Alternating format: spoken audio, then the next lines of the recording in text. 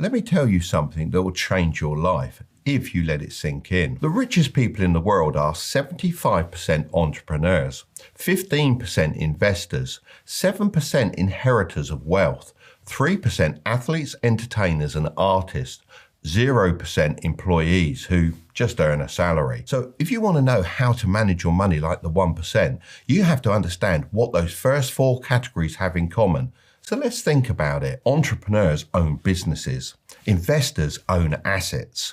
Rich kids own trusts. Finally, athletes, entertainers and artists own rare skills. So it's clear, if you don't own something, you are what's owned. That's the secret most people miss. So how can you start owning things like the 1%? Well, you need to follow the 25-15-50-10 rule. I designed this rule so that anyone, no matter what their income, can manage their money like the top 1%. Because the truth is, it's not about how much money you make. It's about how you manage what you make. I'm not just some YouTuber. I've actually used this rule for decades, and it's enabled me to become a multi-millionaire, even though I started out with no money and no qualifications. So let's get into it. The first 25% of your income should be going towards growth. This is the 25% that works for you. By growth, I don't mean some kind of mindset nonsense about growing as a person with the power of meditation. I mean using this money to buy things that increase in value. You see, when most people get their paycheck, they pay the bills and then blow the rest on useless things they don't even remember buying. This is exactly why 99% of people are trapped owning nothing of value. The truth is, this is all by design. The system wants us rich for a week, then skint by the end of the month, waiting for the next payday. So we've got no breathing room, and then we're forced to work even harder next month just to keep up. This is effectively modern day slavery. Just think about it. Slaves used to work every day with no pay, but they got free food, shelter and water. Today, people work nearly every day and get paid. However, their money is mostly spent on food, shelter and water. The only thing that has changed is the illusion of freedom. Once you understand this, you can start fighting back by taking that first 25% of your income and putting it straight into assets. This is anything that grows in value over time and puts money in your pocket. The idea is that while you're out working, these assets that you own are working for you in the background. Eventually, these assets could even make you more money than your day job. You might think you don't have enough money to invest in assets. However, you need to find the money, because the sooner you start, the better. Let me show you something that will blow your mind. This is Billy. He started investing $200 a month at 20 years old. And this is Phil. He didn't start until he was 30, but to catch up, he invested $300 a month. Now, let's fast forward it to when they reached 60 and they both stopped investing. Now, I'm going to give Phil a walking stick and I'm going to give Billy some glasses. Right, that's better. Now let's add up how much each one saved. Billy put in $200 per month for 40 years, so that's a total of $96,000. However, Phil put in $300 per month for 30 years, which is a total of $108,000. So Phil ended up with more money, right? Because he saved more each month. Well, not exactly, because they were investing instead of just saving. If we assume an average annual return of 10%, which is the average return of the S&P 500 over the last 100 years, then the numbers start to look a little bit different. Phil's investment will be worth $678,146. Not bad. Whereas Billy's investment would be worth a staggering $1,264,816. How crazy is that? Billy invested $12,000 less, but ended up with nearly $600,000 more, all because he started earlier. That's the power of compound growth. That's why you should start now, even if it's small, because waiting will cost you more than you think. But how can you actually get started? Well, step one is to select your growth assets. There are loads of ways to grow your money, but not all of them carry the same risk or reward. So I like to think of them as a scale from relatively safe and steady to high risk, high reward. At the lower risk end, we've got index funds. Honestly, this is where most people should start. You're not trying to pick winners, you're just buying a slice of the whole market. Like the S&P 500 I mentioned before, you don't need to check charts or time the market, you just let it sit there and grow quietly in the background. Then there's real estate. That could be rental property if you've got the money, or REITs if you haven't. REITs lets you invest in real estate without buying a property. It's kind of like buying a small share in a building with a bunch of other people. In the middle is skills. Learning a skill that makes you money is hands down the fastest return on investment you'll ever see. I'm talking about things like copywriting, editing, sales, coding, anything you can actually use to bring in income. Unlike stocks or property, no one can take it away from you. However, it does take more time to learn, and that's why it's higher up the risk scale than the other two. Further up, we've got online businesses. Stuff like drop shipping and selling digital products. These can pay off big, but they take a lot of effort, and you've got to be ready to fail a few times before you find your feet. Then we get to individual stocks. I know it's tempting to try and pick the next Tesla, but unless you've done your homework and you really know what you're doing, you're basically just guessing. So if you're going to do it without learning the specifics, keep it small and treat it like a hobby, not your main strategy. And right up the top is alternative investments. I'm talking Bitcoin, Ethereum, NFTs, gold, wine, sneakers, you name it. Can you make money with these? Absolutely. Can you lose it overnight? Also, absolutely. I've played around with some of these, but I never risk more than I'm willing to lose. These are your moonshots, fun to try, but not where you build long-term wealth. So if I were you, I'd start with the stuff that actually builds a foundation, which are index funds and high income skills. Then as you grow more confident, you can start dabbling with the rest. So now you know what to invest in. Now we've got to talk about how to invest, because if you're doing it through the wrong kind of account, you could be handing over thousands in unnecessary tax without even realizing it. That's why step 2 is to set up tax advantaged accounts. Right, let me show you the smart way to legally save as much money as possible. Before we dive in, remember, I'm not a financial advisor. I'm just sharing what I've personally done over the years. Okay, let's start with the UK. One of the best options is the Stocks and Shares ISA. You can invest up to £20,000 a year, and anything you earn is tax-free. You can set one up on platforms like Trading 212. All you have to do is select the Stocks and Shares ISA when you sign up. Since I was planning to talk about Trading 212 anyway, I reached out to see if they'd be interested in sponsoring this portion of the video. They agreed and are also giving away a free fractional share worth up to £100 to anyone that uses the code Tilbury when they create an account. You can also invite your friends, and once they fund their accounts, you'll both get a free fractional share. If you're working a 9 to 5, you've probably got access to a workplace pension. Usually, you'll put in 5% and your employer will match with 3%. That's basically free money. You don't pay any tax on the money it earns while it's growing. You only pay tax when you take it out later on. If you're in the US, your setup's a little bit different. The Roth IRA is one of the best accounts you can open. You invest money you've already paid tax on, but every penny it earns grows completely tax-free. And when you retire, you can take it out with zero tax. The limit on this account is $7,000 a year if you're under 50. Even billionaires use this account. Peter Thiel, one of the guys behind PayPal, reportedly turned his Roth IRA into over $5 billion. He did this by investing in early-stage, high-growth companies, including PayPal and Facebook, which then increased in value significantly. Then there's the 401k, which is basically the US version of a pension. The money you put in comes out of your paycheck before tax. It also grows over time without being taxed while it's invested. And if your employer offers a match, definitely take it. Now, I know a lot of you aren't in the UK or USA, so here's a list of all the tax advantage accounts I could find. Hopefully, you can find an account in this list that lets you take advantage of the tax savings your country offers you. The problem is, lots of people open up these accounts, put their money in every month, and don't actually invest in anything.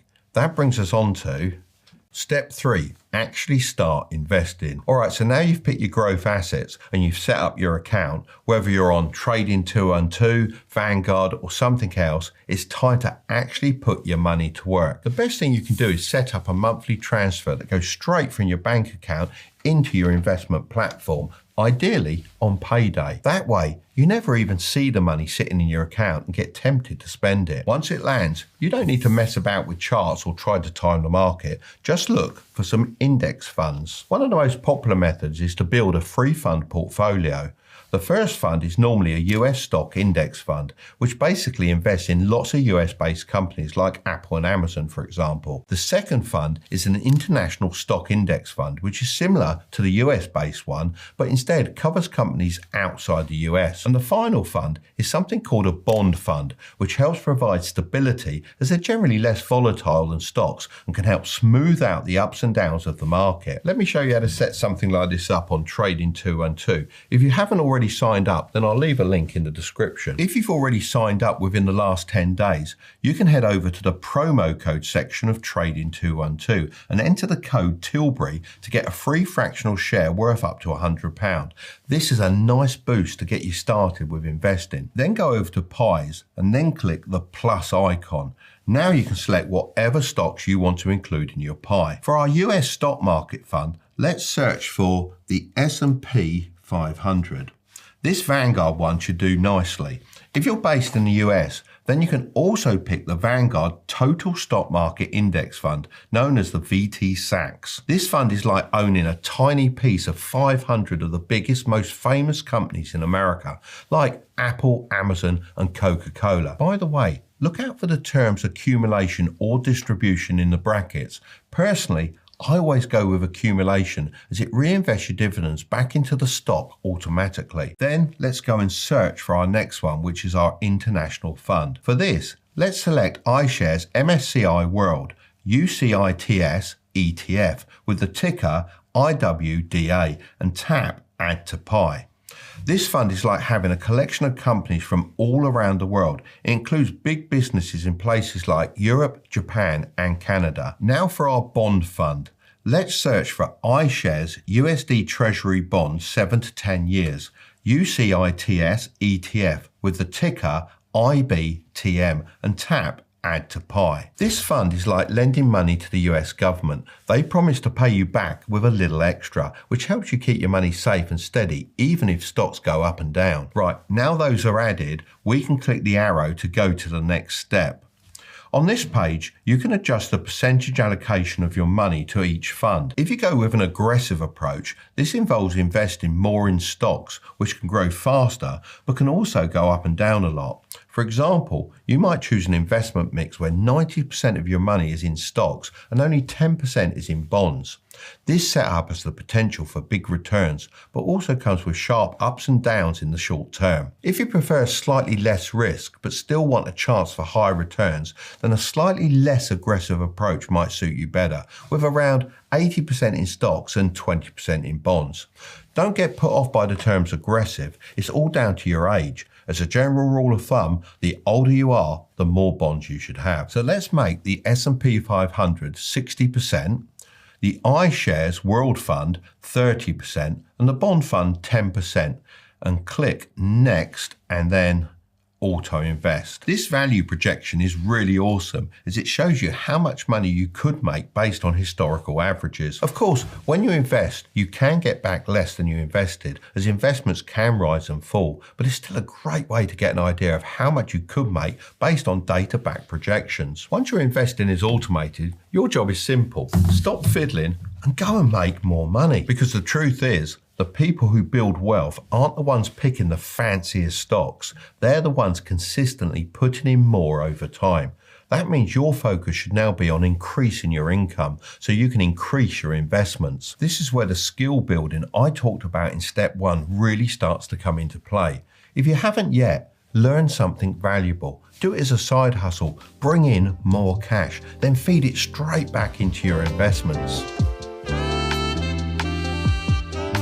The next 15% of your income should be going towards stability. This is the 15% that keeps you in the game. A lot of people don't realise that not all your money should be thrown into growth investments or spent. Some of it needs to be set aside to protect your progress. I wish someone had told me that when I was younger because I had to learn it the hard way. I didn't grow up around money, so when I turned 18 and needed a car to get to work, I didn't have any savings set aside. So I did what most people do. I took out a loan and bought myself a solid little German whip, a VW Golf. I even got a new stereo with the extra cash the bank gave me, and for about 3 months, I felt like I was on top of the world. Then out of nowhere, the engine blew up. I had no backup, no safety net, and no clue what to do. And on top of all this, if I didn't get the car fixed, I'd lose my job. So I borrowed even more, which piled on more debt, more pressure, and more stress. To me, that car didn't just break down, it broke my finances and it set me back a whole year. If I'd just had 15% tucked away for stability, I'd have been in a completely different position. Most people don't have a money problem, they have a stability problem. One unexpected bill and it all falls apart. Even if you are investing, you'd be forced to sell your investments at a bad time, which may lead to a loss. That's why you need a margin for error built into your life. Let's get into how you do it. Step 1 is to calculate your stability fund. To do this, you first need to list out your core expenses. These are things like your groceries, rent, utilities, transportation, and any essential services like your internet connection, which you might need for work, not for Netflix. All of those things combined should give you a total. That number is called your monthly baseline. Let's say that adds up to $1,500 per month. Now take that number and multiply it by 5 months. This will equal the ideal stability fund that you should be aiming to save. So in this example, that should be $7,500. So each month when you get your paycheck, 15% of your wages should be going towards building up this figure. You might be thinking this is quite extreme, and I admit it is on the more cautious side. However, I know from experience that when life hits, it usually comes all at once without warning. So if you only have a couple of months saved up, then you won't be as bulletproof. Step 2 is to store it correctly. Now that you've worked out your stability fund, don't make the mistake of parking it in the wrong place, because where you store this money is just as important as having it in the first place. And for that reason, I've got 3 rules I always stick to. Firstly, it must be easy to access.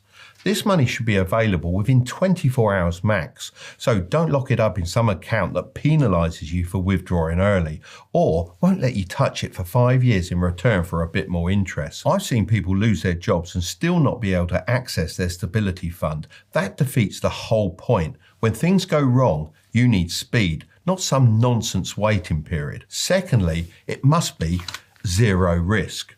This is not money you invest, gamble, or chase returns with. Whatever you do, and I mean whatever you do not put your emergency fund into the stock market, not even the safe stuff, because when an emergency hits, the market might be down. The same goes for crypto, long-term bonds, or anything else that's meant to grow over years. Thirdly, it must always earn. Although this isn't your growth pot, that doesn't mean it should sit in a dead-end account doing nothing. You want it somewhere that earns a bit while it waits without any risk. This is because if you leave it somewhere with zero interest, then it will be eaten away by inflation as money gets less valuable over time. That's where high-yield savings accounts come in. As of filming this video, you can get savings accounts with 4 to 5% interest rates and with no penalties if you need to dip into it. I'll leave some banks in the description. I'd recommend checking out SoFi, Ally, and Marcus by Goldman Sachs, as they're offering decent rates and they're FDIC insured, so your money's safe. Step 3 is to stack it quickly. Most people think it takes years to scrape together a decent stability fund,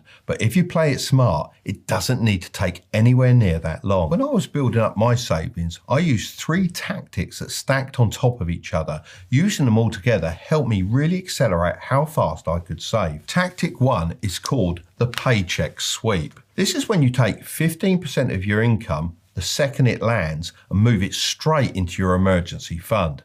You can automate this with a direct debit or scheduled transfer, so it's completely hands-off, just like we did with the 25% that goes towards growth. Tactic 2 is the replacement promise. This is a promise you make to yourself that if you dip into your stability fund, you immediately replace it. Let's say you knock off your wing mirror and it costs $250 to fix. That's fine. That's what the fund is for. But the next time you get paid, you top that $250 straight back up like it was never gone. Tactic 3 is the Save by Spending hack. This one might sound a little bit crazy, but you can do it by using Roundup apps. These round every purchase up to the nearest dollar and drop the difference into your savings. So if you spend $3.60, it rounds up to $4 and puts that 40 cents away. It sounds small, but it adds up fast and you won't even notice it. The other way to do this is with cashback. So if you're using a cashback credit card and paying it off in full every month, then take those rewards and put them straight into your stability fund. Once your stability fund is fully stocked, you've got two options. You can either roll that money into growth, or you can shift it into the final 10%, which we'll talk about later. The next 50% of your income should be going towards your essentials. This is the 50% that feeds you, not your ego. Surprisingly, over 60% of Americans earning over $100,000 a year still live paycheck to paycheck, as most are too caught up in trying to look rich instead of actually becoming rich. This shows that you can be on a great salary and still feel broke every month, because it's not about how much you earn, it's about how much you waste. Let me show you what I mean. This was me aged 20, and that's my mate. On the surface, he looked like he had everything: designer shirt, expensive watch, and was always out spending. I was the opposite: baggy top, cheap watch, just the basics. Sure, my fashion sense could have been better. I could have at least picked up some inexpensive smart clothes, but I was young, so cut me a bit of slack. But here's what people didn't see. He had $43.20 in his account and a few credit card payments overdue, whereas I had $1,000 plus quietly sitting in investments and a decent stability fund. I'd learned from my experience with my car loan disaster, and I'd worked extremely hard to build my money back up, which meant cutting out any unnecessary spending and looking like this. Although this might not seem like a lot, remember, money was worth a lot more back then. This $1,000 was a start, and that's the part most people miss. Wealth isn't what you see, it's what you don't see. I get it though. It's easy to justify the upgrades by saying things like, I need a safer car, this new house is closer to work, and I deserve a nice meal out. But that's exactly how lifestyle creep starts. So how can you keep this under control? Well, step one is to get clear on your essentials. A lot of people aren't going to like this one, because what many people consider essentials nowadays are actually just luxuries. Essentials are the things that keep you alive and functioning. That means your rent or mortgage, groceries, utilities, transport, insurance, and clothes. Not the latest designer drops, just what you absolutely need. Now let's talk about what doesn't count. Takeout isn't essential. Neither is the Amazon subscription you forgot about, the gym you haven't visited since January, or the stack of streaming services you keep meaning to cancel, and the list goes on. If you're using a gym, that's a different story, but so many people sign up for stuff they never use. That's why one of the easiest things you can do to free up money is to go through your bank statements and cancel anything you're not using. Just think to yourself, if it's not helping you live, work, or stay healthy, it probably doesn't belong in your 50%. So why do I recommend capping it at 50%? Well, because the average person is already spending 60 to 70% of their income on what they think are essentials.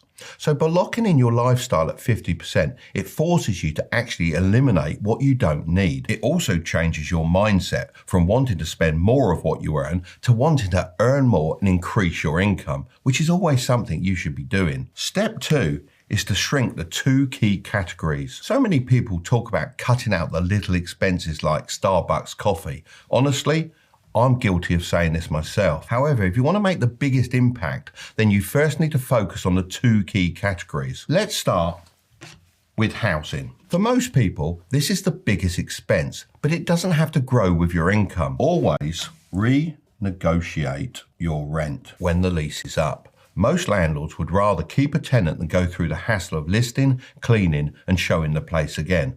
Even a small reduction or freeze can save you thousands. If you want to go further, think about house hacking. That could mean renting out a spare room, splitting a place with mates, or even moving back with your parents while you build your buffer. If you can manage to limit housing to half of your essentials fund, then that's a pretty good place to be. Now, let's talk about transport. Car payments are one of the biggest wealth killers. People lease brand new cars for the monthly status hit and end up paying for years on a depreciating liability.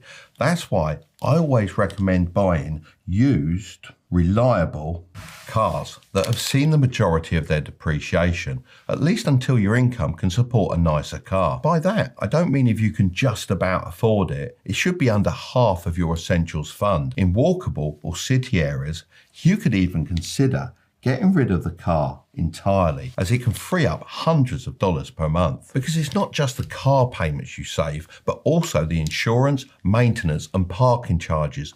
All added up, this can be a big saving. Once you've got those two areas under control, that brings me on to step 3. Use rules, not willpower. When you're tired, stressed, or even just bored, your willpower disappears. And that's exactly why the top 1% don't rely on it. Instead, they build systems that make the right choices automatically. When I was building my wealth, I had a simple system that kept me on track. Every time I was tempted to buy something and wasn't sure if it was essential, I'd run it through a few key questions. These questions stopped me from buying things I didn't need and helped me stay focused on the bigger goal. So firstly, ask yourself, is this an impulse purchase? If the answer is no, then buy it. It's likely something you've been thinking about for a while, and if it fits into the essential categories we discussed earlier, then it's a no-brainer. However, if the answer is yes, then it's time to use the 7-day rule. The trick behind this is pausing for 7 days before you buy anything. Then after those 7 days are up, ask yourself again if you still want it. Most of the time, the answer will be no. That's the funny thing about waiting 7 days. You often forget all about it as the excitement has faded and it wasn't that important to begin with. But if after 7 days you still want it, it's time for the next question. Are you buying for the brand or the value? If the answer is the brand, then don't buy it. You're likely being drawn in by great marketing. If it's an essential, then there will be an unbranded alternative that will do the job just as well, if not better. This is where most people mess up. Wealthy people don't throw money at brands because they like the marketing. They really think about the value. So what does value really mean? Well, if you buy a $60 pair of boots and wear them 100 times, that's 60 cents per wear. Good value. But if you buy a $200 pair of designer trainers and wear them twice, that's $100 per wear. And going too cheap isn't smart either. I mean, a $5 shirt that falls apart in the wash is still a waste of money. So don't chase brands, chase quality. So if you answered value, that brings us on to the final question. Will this improve your life? If the answer is yes, a conscious, intentional purchase, go ahead. But if the answer is no, it's probably just about impressing someone, killing boredom, or chasing a dopamine hit. It's not worth your money. Once you go through this process a couple of times, you'll be able to decide if something's worth buying or not without even consciously thinking about the questions. They just get your mind working in the right way. Remember, it isn't about being tight, it's about being intentional. The last 10% of your income should go towards rewards. This is the 10% that keeps you sane. Let's be honest, money isn't just about growth, stability and essentials. You're allowed to enjoy it too. Most people skip this entirely and then wonder why saving feels so pointless. As I've gotten older, I've realised it's the little things that refuel you and remind you why you're doing all this boring money discipline stuff in the first place. This is backed up by the facts. 92% of people say they overspend after intensive saving sprints because saving without joy starts to feel like a punishment very quickly. And that's exactly why this 10% exists. Not as an excuse, it's a strategy. Kind of like having a cheat meal. It's the thing that makes your whole financial diet comfortable and, most importantly, sustainable. But to maximize its impact, you have to be strategic with how you use it. So, step 1 is to make it guilt-free. To make something guilt-free, you have to see the value in it. The truth is, you can spend your 10% on whatever you like. However, some categories are more valuable than others, which should make them more guilt-free. The first category is vacations. such as trips away or just weekend getaways. This is valuable because you're buying memories that last forever. It's also a great way to de-stress. When I was building up my businesses in my younger years, I completely ignored the importance of vacations, which led me to becoming very sick. The doctors diagnosed me with stress-induced shingles. They recommended I took a vacation, and that's when I went on my first ever ski trip. I had a great time. Since then, I've made it a priority to take a vacation every year. Instead of seeing it as a waste of time or money, I now see it as an investment in my health because it helps me stay sharp and, more importantly, prevents me from burning out again. Next is hobbies. This could be painting, gaming, photography, flying model aircraft, the list goes on. This is valuable as it keeps you passionate. You don't always do what you love for work, so by doing it in your spare time, it helps keep your spirits up so you can work harder for longer. Next is nights out. Dinner, concerts and experiences. This is another thing I ignored in my early years, and it was a big mistake as I ended up losing most of my friends. Having a strong social network is so important, especially nowadays. Finally, we have gifts. Now, I'm not talking about for yourself, but for your loved ones. This is another one I overlooked. You can see how most of the stuff I teach in these videos comes from me learning from my mistakes. Back when I was focused on chasing my goals, building businesses and growing investments, I often forgot birthdays and special occasions. I was so locked in on the future that I overlooked what mattered in the present. The truth is, I never really cared much about receiving gifts. There's not much I wanted, but it wasn't until I married my wife and we started exchanging anniversary gifts that I finally understood. Gifts aren't about the item, they're about the thought, the connection, and the relationships they strengthen. Step 2 is to preload the fun. I'd recommend opening a separate bank account and call it your joy jar. This doesn't have to be with a new bank. You can actually have multiple current accounts with the same bank and have them all appear on your mobile banking app, which makes things very simple. Then set up an automatic transfer of 10% of whatever you make to be deposited into this account every single month. So if you make $2,000, send $200. If you make $10,000, send $1,000. It doesn't matter how much it is, the percentage is what keeps it sustainable. Just make sure you don't cheat. You can't just top the account up from growth, stability or essentials when it gets low. If you hit zero, you have to wait until next month. When you know this fun money is limited, you look to maximize it in the best possible way.